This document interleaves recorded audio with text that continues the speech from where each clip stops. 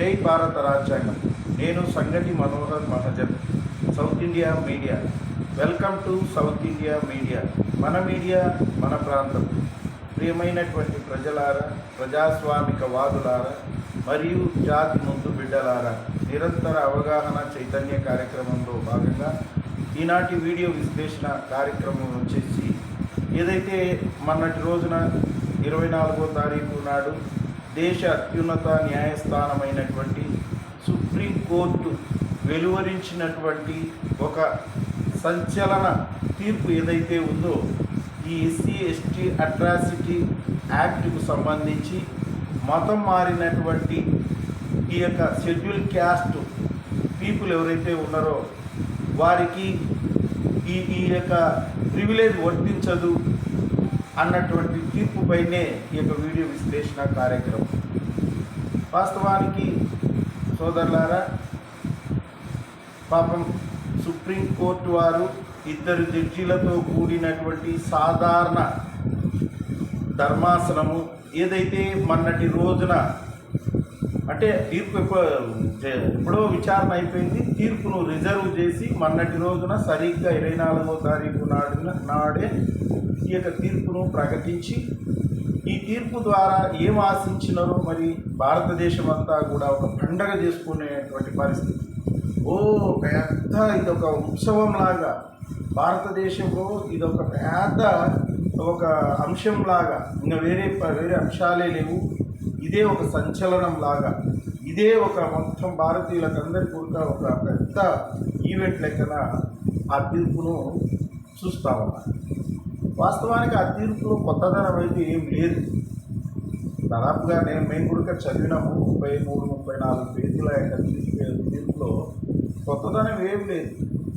వీళ్ళేదో మొత్తం మనువాద మీడియా అంతా, మనువాద సమూహం అంతా, సమాజం అంతా ఆహా ఓహో ఏదో అయిపోయింది అంటే, తోటి సమూహంలోని సమాజంలోని ఒక సెక్షన్ ఆఫ్ పీపుల్కు సంబంధించి ఒక తీర్పు వస్తే ఆ తీర్పు పైన ఎంత పైశాచిక ఆనందాన్ని పొందుతున్నారా ఈ దేశంలో అంటే నిజంగా ఎప్పుడు లేని వాతావరణాన్ని క్రియేట్ చేస్తున్నటువంటి పరిస్థితి.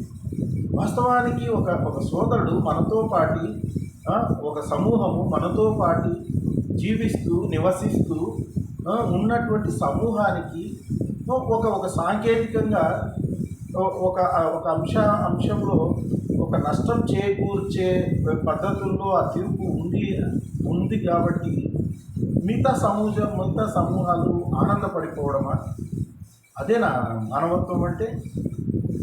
ఒక సమూహానికి నష్టం జరిగితే, కష్టం వస్తే, అయ్యో పాపం నాతోటి సమూహానికి ఈ తీర్పు ఇలా ఉండాల్సింది కాదు, ఈ అన్యాయం జరిగిండాల్సింది కాదు అని ఎవరైనా తోటి సమూహాలు, తోటి వ్యక్తులు, తోటి కుల సమూహాలు ఎక్కడైనా విచారం వ్యక్తం చేస్తాయి, బాధను వ్యక్తం చేస్తాయి, అయ్యో పాపం అనేటువంటి సానుభూతిని వ్యక్తం చేస్తాయి. మరి వేరాజ్ ఇక్కడ ఒక సమూహానికి, ఒక సమాజానికి వ్యతిరేకంగా ఒక తీర్పు వస్తే ఇంతగా అల్లాడిపోతున్నారంటే ఇంతకంటే ఏం కావాలో చెప్పు. వాస్తవానికి ఆ తీర్పులో అతను స్వయంగా వాలంటీర్గా అతను ఒక మతంలో నుంచి, లేదు ఒక కులంలో నుంచి ఒక మతానికి, షెడ్యూల్ క్యాస్ట్లో నుంచి అతను క్రైస్తవ మతాన్ని స్వీకరించినాడు. కన్వర్షన్ జరిగింది. అతనే స్వచ్ఛంగా ఒప్పుకొని ఆ మతంలోకి వెళ్ళిపోయినాడు. ఆ మతంలో క్రియాశీలకంగా పనిచేస్తున్నాడు. అతను యాక్టివ్లీ పార్టిసిపేట్ చేస్తున్నాడు ఆ మతంలో. కార్యకలాపాల ద్వారా, అతని ఎంచుకున్నటువంటి యాక్టివిటీ ద్వారా చురుకైన పాత్ర పోషిస్తూ ఉన్నాడు. అతనే స్వయంగానే బీసీసీలోకి వెళ్ళిపోయినాడు.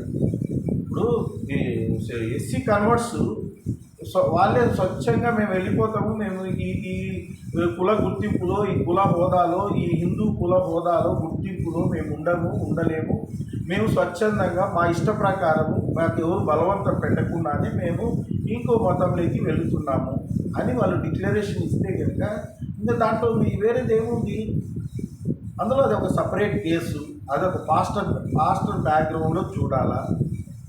అక్కడ సామాన్య ప్రజలు కాదు, అక్కడ ఏదేమైనా కూడా ఈ మన భారత రాజ్యాంగ ప్రకారం భారత రాజ్యాంగం కల్పించినటువంటి ప్రాథమిక హక్కుల్లో భాగమైనటువంటి ఆ మత స్వేచ్ఛను, అంటే ఏదైతే ఆర్టికల్ 15లో పేర్కొన్నటువంటి ఆ యొక్క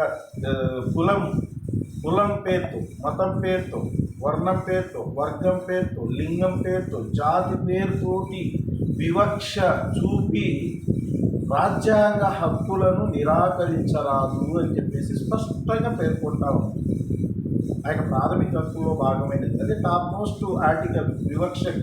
వివక్షతను డినోట్ చేసేది, వివక్షతను స్పెసిఫై చేసేది ఆ 15 అనమాట. మరి ఇక్కడ ఒక ఒక ఒక అతను షెడ్యూల్ క్యాస్ట్ పర్సను లేదు సమూహము మా క్రిస్టియన్ మతంలోకి పోయినారే అనుకుందాము, మతం మారినారే అనుకుందాం. అది అఫీషియల్గా కానీ అన్అఫీషియల్గా కానీ, అఫీషియల్గా క్రిస్టియానిటీ లేకపోతే ఎస్సీ కన్వర్ట్స్ అంటారు, బీసీసీలోకి వస్తారు.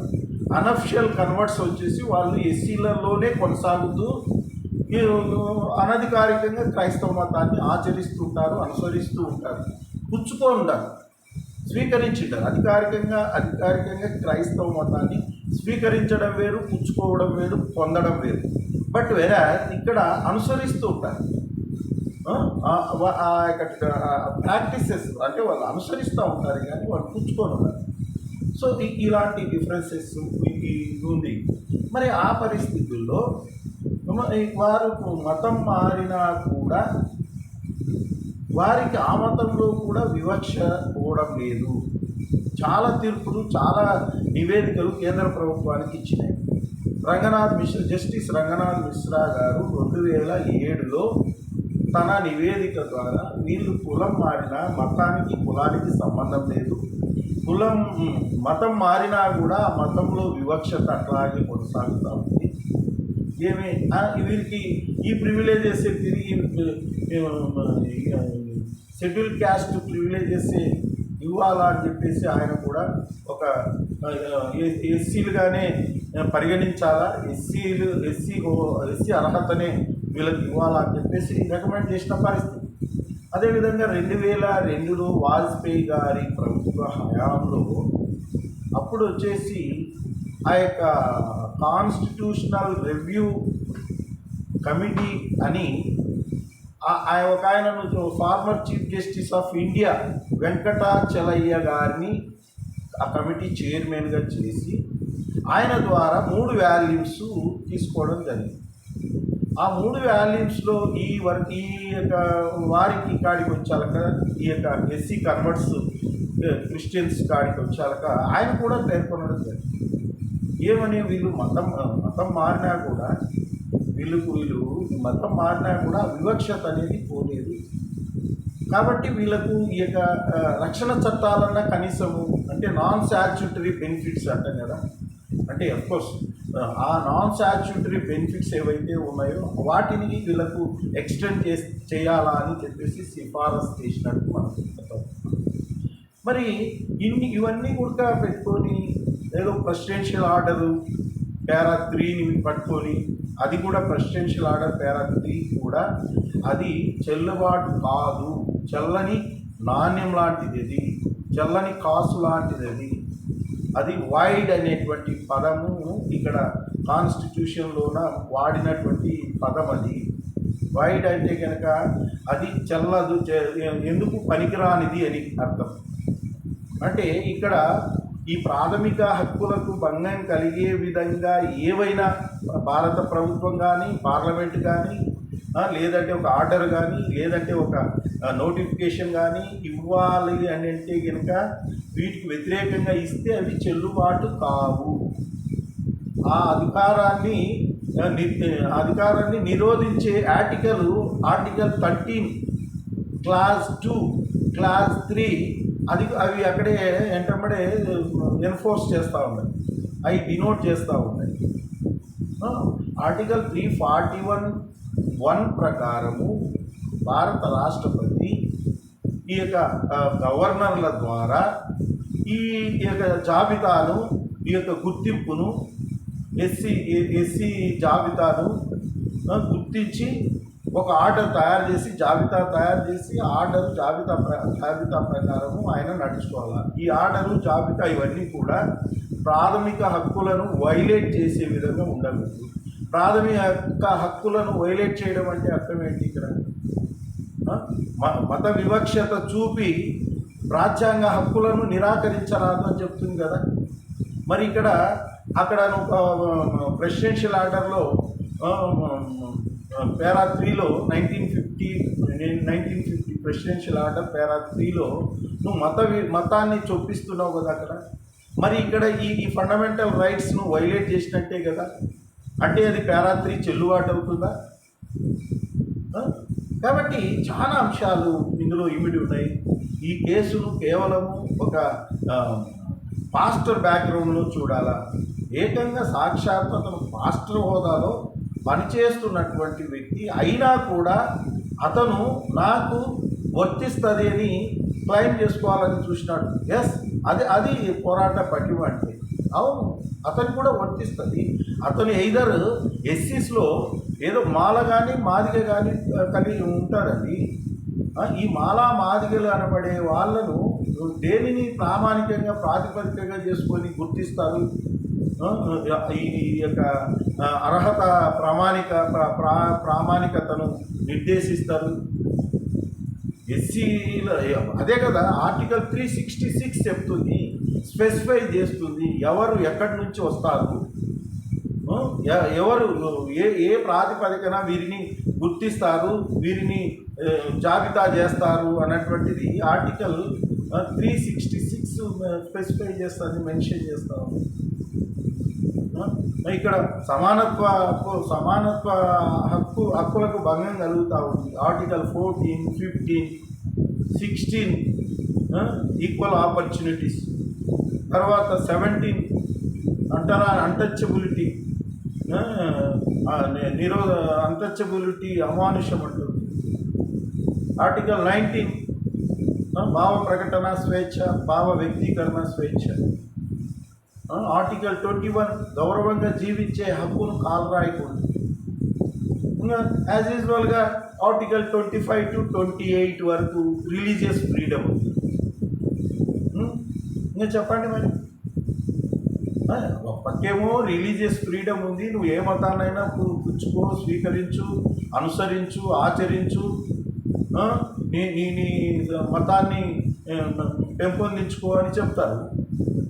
మళ్ళీ ఈయననేమో నువ్వు ఫలానా మతం లేకపోతే కనుక నీకు ఈ యొక్క ప్రివిలేజ్ నీకు రాదు అంటారు. ఏంటి ఈ యొక్క పరస్పర కాంట్రడిక్టరీ? ఏంటి పరస్పర భిన్నమైనటువంటి ఇదేంటి? ఒక పక్కేమో నువ్వు ఏ మతాన్నైనా స్వీకరించడం పోయి అంటావు, మరో పక్కేమో నువ్వు ఈ మతాన్ని స్వీకరించినావు కాబట్టి నీకు ఈ రైట్ క్లెయిమ్ చేసుకునేదానికి లేదు అంటావు. ఇది ఎట్లా సాధ్యము? ఎట్లా సాధ్యం? అసలుకి అది వాయిడ్ అయిపోయింది. ఆ యొక్క ప్రెసిడెన్షియల్ ఆర్డర్లోనే ఆ రాష్ట్రపతికి ఉన్నటువంటి ఏ ప్రాతిపదికన, ఏ అధికారాల ప్రాతిపదికన ఆయన ఆ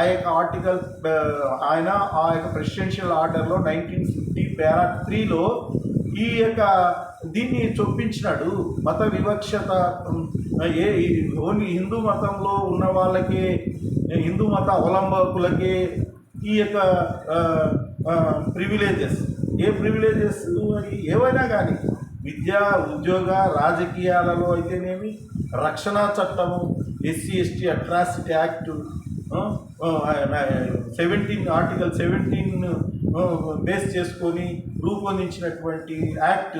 ముందు ఈ యాక్ట్లో ఉండేది పౌర హక్కుల చట్టంలో 1955లో భాగంగా అది నడుస్తూ ఉండేది. తర్వాత ఆ యాక్ట్ ద్వారా పెద్దగా బెటర్మెంట్ లేదనిపించేసి ఈ యొక్క చుండూరు, కారంచేడు సందర్భాలలో దేశవ్యాప్తంగా వచ్చినటువంటి ఉద్యమం ద్వారా ఆ యొక్క 1989 యాక్ట్, SC/ST అట్రాసిటీ యాక్ట్ 1999 యాక్ట్గా వచ్చింది. సో కనీసము నాన్ స్టాట్యూటరీ బెనిఫిట్స్ పొందేదానికి కూడా మీరు స్కోపు, అవకాశము ఇవ్వలేదు అంటే ఈ సమాజాన్ని ఐసోలేట్ చేస్తామనేనా? కాదండి, ఈ సమాజాన్ని ఏం చేయాలని చూస్తున్నారు? అందుకే అంబేద్కర్ గారు ఐర్లాండ్ను రాజ్యాంగాన్ని రూపొందించేటప్పుడు ఐర్లాండ్లో ఉన్నటువంటి వాటిని కూడా చూపించాడు. ఐర్లాండ్ యొక్క పరిస్థితి ఏంటి? ఐర్లాండ్ ప్రజలు వచ్చేసి నేను మీ కింద మేము పాలకులుగా ఉండము, మిమ్మల్ని మేము పాలకులుగా అంగీకరించాం అని చెప్పేసి మేము సపరేట్ అయిపోతాం అనేటువంటి పరిస్థితికి ఐర్లాండ్ వచ్చినటువంటి పరిస్థితి.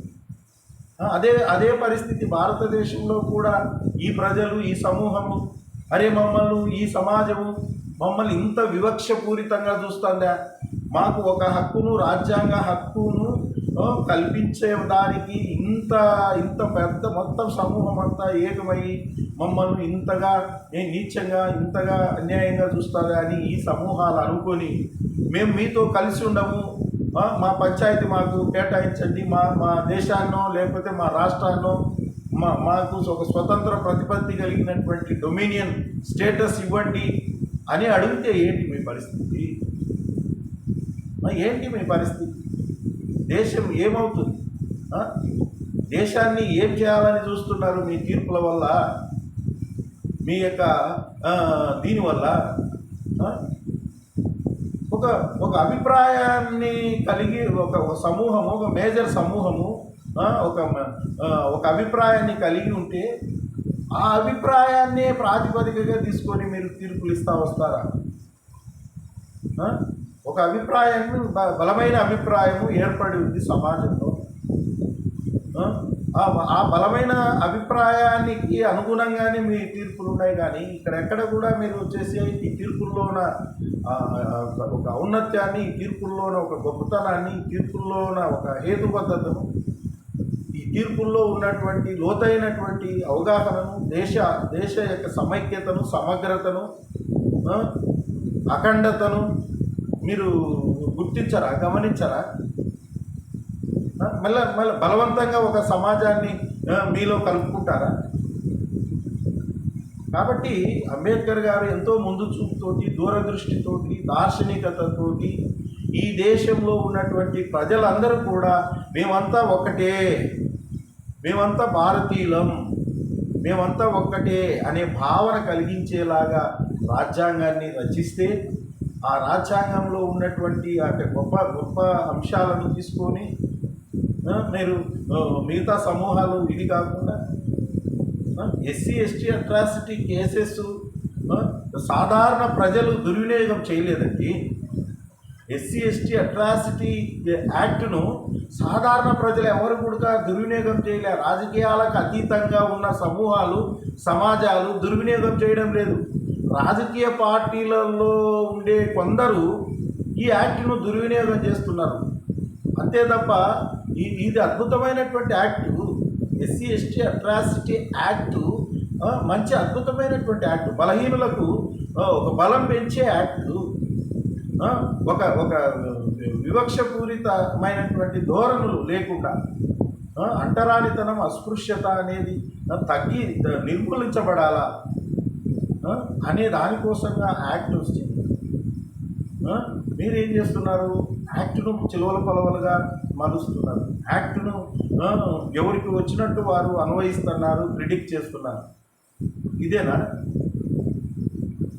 కాబట్టి భారత రాజ్యాంగం ఏమి చెబుతుందో అది క్లియర్గా మేధావులు, నిపుణులు, రాజ్యాంగ నిపుణులు, ఈ యొక్క న్యాయ నిపుణులు, సమాజ నిపుణులు అందరూ ఏకోన్ముఖంగా కూర్చొని ఏం చెప్తుంది రాజ్యాంగం?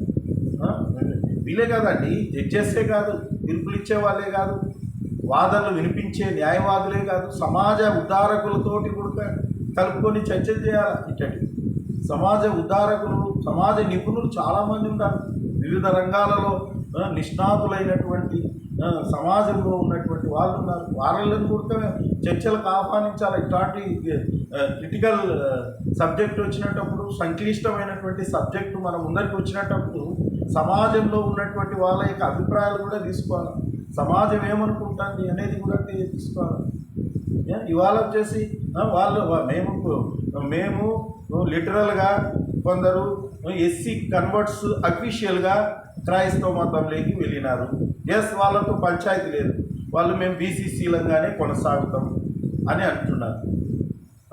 కొందరు వచ్చేసి అనఫిషియల్గా ఎస్సీ కన్వర్ట్స్ అయి ఉన్నారు, క్రైస్తవ మతాన్ని ఆచరిస్తున్నారు, అనుసరిస్తున్నారు. వాళ్ళ పరిస్థితే కదా. అంటే వాళ్ళకి ఆ స్వేచ్ఛ లేదా? స్వేచ్ఛగా ఏ మతాన్నైనా స్వీకరించవచ్చని ఒక పక్క రాజ్యాంగం చెప్తుంది.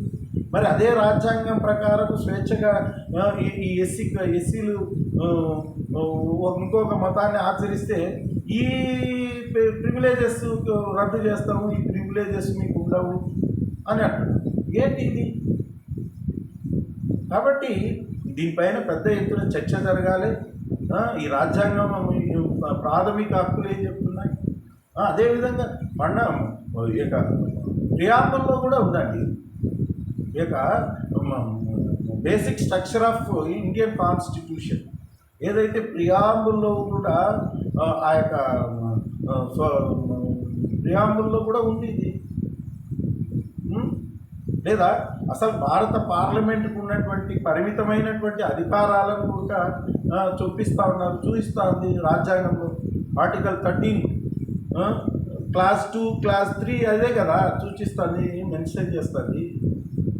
అరే భారత అసలు ఆ యొక్క పీఠికలో ఉన్నటువంటి అంశాలను టచ్ చేసే అధికారం భారత పార్లమెంట్కే లేదు అని చెప్పేసి కేశవానంద భారతి కేసులో జడ్జిమెంట్ ఇచ్చినారు కదా సుప్రీంకోర్టే. సుప్రీం కాదు కదా ఈ వ్యవస్థలో, మన భారత పార్లమెంటరీ ప్రజాస్వామ్య వ్యవస్థలో సుప్రీంకోర్టు సుప్రీం కాదు. ఎవరు సుప్రీం అని అంటే కనుక పార్లమెంటు సుప్రీం అవుతుంది, తర్వాత రాజ్యాంగం సుప్రీం అవుతుంది. అదేవిధంగా ఇది సుప్రీం అవుతుంది, రాజ్యాంగ సభ సుప్రీం అవుతుంది. కాబట్టి ఇన్ని రకాలుగా మీడియా అయితే కోడై కూస్తుంది, రెచ్చిపోయి మరి చిత్రంగా ఇదేదో అసలు ప్రపంచంలో ఎక్కడే కానీ ఇట్లాంటి జడ్జిమెంట్ లేవు అన్నట్టు, ఇండియన్ హిస్టరీలోనే ఇలాంటి జడ్జిమెంట్ లేవు అన్నట్టు. అరే వై ఇది ఒక సాధారణమైనటువంటి 2 జడ్జీలు ఇచ్చినటువంటి తీర్పు. ఆ తీర్పు సంతృప్తి చెందకపోతే మళ్ళీ కూడా రివ్యూకి వెళ్ళచ్చు, కాన్స్టిట్యూషనల్ బెంచ్కి వెళ్ళచ్చు, రాజ్యాంగ ధర్మాసనానికి వెళ్ళచ్చు. రాజ్యాంగ ధర్మాసనం 5 సభ్యులతోటో 7 సభ్యులతోటో అలాగా కాన్స్టిట్యూట్ చేయబడుతుంది. ఆ వ్యక్తి ఇవాళ ఇప్పుడు కేంద్ర ప్రభుత్వం వాళ్ళకి కేంద్ర ప్రభుత్వం రివ్యూ కోరాలా, రివ్యూ పిటిషన్ వేయాలా. అటార్నీ జనరల్ ఎవరైతే ఉన్నారో ఏజీ అటార్నీ జనరల్ కానీ సొలిసిటర్ జనరల్ కానీ తుషార్ మెహ్రా కానీ లేకపోతే ఎవరు ఉన్నారమ్మా అటార్నీ జనరల్ వారు కానీ కేంద్ర ప్రభుత్వంలో ఉన్నటువంటి వీళ్ళు రివ్యూకి పోవాలా, కాన్స్టిట్యూషనల్ బెంచ్కి పోవాలా. అసలు కాన్స్టిట్యూషనల్ ఫ్రేమ్లో తీర్పులు రావడం లేదు. అసలు భారతదేశంలో ఏందిరా అంటే తీర్పులు ట్రూ ఫ్రేమ్లో ఆ యొక్క కాన్స్టిట్యూషన్లో ప్రాథమిక హక్కులను ఉల్లంఘిస్తే ఎవరు ఉల్లంఘించినా, అది ప్రభుత్వ పరంగా ఉల్లంఘించినా, న్యాయపరంగా ఉల్లంఘించినా, కార్యనిర్వాహక పరంగా ఉల్లంఘించినా కూడా అది ఇదే తప్పే. మరి కాన్స్టిట్యూషన్లోన ఫండమెంటల్ రైట్స్ను వైలేట్ చేస్తే దానికి ఉన్నటువంటి ఇదేంటి? మరి కంచే చేను వేస్తే ఎవరు దానికి? అందుకోసమనే 2 జడ్జీలు ఇచ్చినటువంటి ఒపీనియన్ అది వాళ్ళ ఒపీనియన్గానే పెట్టుకోవాలా. మనం వచ్చేసి వాళ్ళను తీర్పులు ఇచ్చిన వాళ్ళను తప్పుపట్టాల్సినటువంటి పని లేదు. వాళ్ళు జడ్జెస్ వాళ్ళకు ఉన్నటువంటి పరిమితులు, వాళ్ళకు ఉన్నటువంటి మెరిట్స్ ఆధారంగా, వాళ్ళకు ఉన్నటువంటి మెటీరియల్ ఎవిడెన్స్ ఆధారంగా వారు ఇచ్చిండొచ్చు. కానీ అది వాళ్ళే ఫైనల్ కాదు కదా, ఆ 2 జడ్జీలే ఫైనల్ కాదు కదా. రివ్యూ పిటిషన్కి వెళ్తారు, రివ్యూ పిటిషన్ వేసుకుంటారు, కాన్స్టిట్యూషనల్ బెంచ్కి వెళ్తారు. అవసరం అనిపిస్తే కాన్స్టిట్యూషనల్ బెంచ్కి వెళ్తుంది, రాజ్యాంగ ధర్మాసనానికి వెళ్తారు. తర్వాత వాళ్ళ యొక్క విస్తృత ఒపీనియన్ ఎట్టుంటుందో చూడాలి కదా, వాళ్ళ యొక్క తీర్పులు ఎట్టుంటాయో చూడాలి కదా, మెజారిటీ మైనారిటీ తీర్పులు ఎట్టుంటాయో చూడాలి కదా దీంట్లో. కాబట్టి సంయమనం పాటించాలి. సమాజంలో వచ్చేసి ఒక అన్రెస్ట్ లేకుండా, సమాజంలో వచ్చేసి ఒకలాంటి ప్యానిక్ సిచ్యువేషన్, ఒకలాంటి ఏదో ఈ తీర్పు వచ్చింది కాబట్టి ఏదో మా ప్రత్యర్థులకు నష్టం జరుగుతుంది అనేటువంటి ధోరణి మంచిది కాదు. మనమందరం కూడా ఇండియన్స్, వీఆర్ ఆల్, మనము ఇండియన్స్, మన భారతీయులం ఫస్ట్. ఆ తీర్పు వచ్చింది అంటే కనుక నిజమైనటువంటి మనసున్నోడు అయితే, మనిషి అయితే, మానవత్వం ఉంటే కనుక అయ్యో పాపం నా తోటి సమూహంలోని ఒక సమూహానికి, ఉప సమూహానికి, లేదు ఒక వ్యక్తికి ఇలాంటి తీర్పు వచ్చింది అని చెప్పేసి బాధపడేవాడు నిజమైనటువంటి భారతీయుడు. ఎస్, ఆ తీర్పు వల్ల అరే అయ్యో పాపం ఏంది ఇట్లా వచ్చింది తీర్పు, ఇది పోనీ నిజంగా ఇది కాన్స్టిట్యూషనల్ ఫ్రేమ్లో ఉందా లేదా, రాజ్యాంగ పరిధిలో ఉండే ఇలాంటి తీర్పులు ఇచ్చినారా, వివక్షత చూపకూడదు, వివక్షత చూపి రాజ్యాంగ హక్కులను నిరాకరించరాదని చెప్పేసి మన రాజ్యాంగమే చెప్తాంది. మరి ఇది వివక్షత కాదా? మత వివక్షత. ఒక మతం లేకపోయినంత మాత్రాన అక్కడ కులం లేదని ఎట్లా చెప్పగలవు?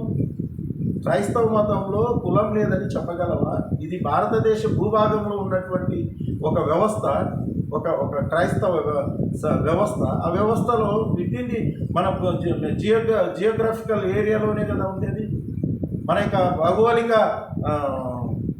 స్థితి, భౌగోళికంగా భారతదేశం మూల ఎల్ల లోపలనే ఉంది కదా, భూభాగంలోనే ఉంది కదా మతము. ఆ మతంలో వచ్చేసి ఇంగ్లీష్ వాళ్ళు లేరు కదా ఇప్పుడు. ఆ మతాన్ని ఆక్యుపై చేసింది అంతా ఆల్మోస్ట్ అందరం మన వాళ్ళే కదా, భారతీయులే కదా.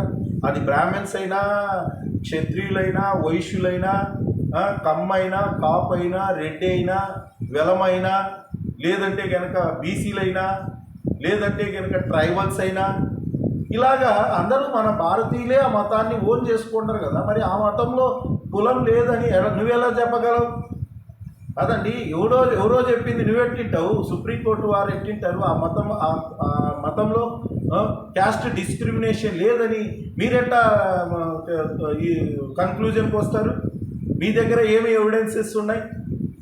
మీ దగ్గర ఏం మెటీరియల్ ఉన్నాయి? మీ దగ్గర ఏం పరిశోధన పత్రాలు ఉన్నాయి? కాబట్టి ఇత్యాది అంశాలన్నీ కూడా పెద్ద ఎత్తున ఇది చేయవలసినటువంటి అవసరం ఉంది. ఇక్కడ ఎవరు కూడా అధైర్యపడాల్సిన పని లేదు, వేరే వాళ్ళు వచ్చేసి సంతోషపడాల్సిన పని లేదు, ఆనందపడాల్సిన పని లేదు. ఇది ఒక వ్యవస్థల మధ్యన, ఒక ప్రజల మధ్యన జరిగినటువంటి ఒక గౌరవప్రదమైనటువంటి ఆర్గ్యుమెంట్స్గా చూడాలి. పరస్పర గౌరవప్రదమైనటువంటి తీర్పులుగా చూడాలి. ఇది ఒకరు ఓడిపోయినట్టు, ఒక సమూహం ఓడిపోయినట్టు, ఒక వ్యక్తి ఓడిపోయినట్టు, ఒక సమాజం ఓడిపోయినట్టు, ఇంకొక సమాజము, ఇంకొక వ్యక్తి గెలిచినట్టుగా చూడకూడదు.